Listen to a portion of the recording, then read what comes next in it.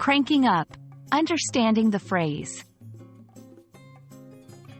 Hello everyone, welcome to our English language learning series.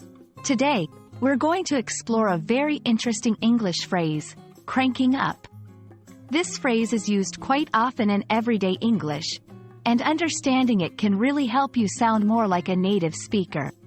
So, let's dive in and crank up our learning.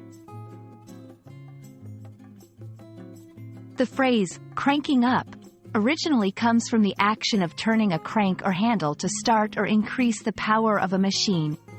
However, in everyday English, it's used metaphorically to mean increasing or intensifying something. It's often used in contexts like music, effort, or even emotions. For example, they're cranking up the volume at the party. We need to crank up our efforts to meet the deadline. Now, let's look at how to use cranking up in sentences. This will help you understand its application in various contexts. In terms of effort or intensity, our team is cranking up their preparations for the big match next week.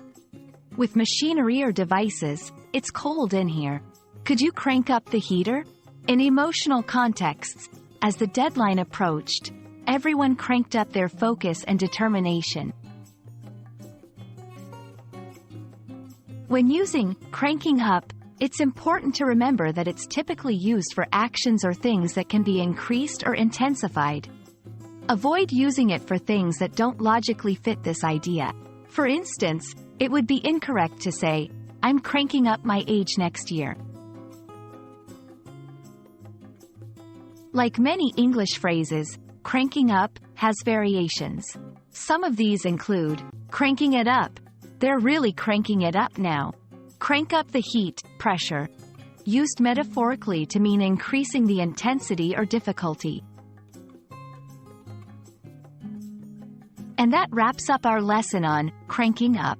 Remember, this phrase is all about increasing or intensifying something. Try using it in your daily English conversations to add more flair to your language skills. Hope this video has been helpful, and happy learning! See you in our next video.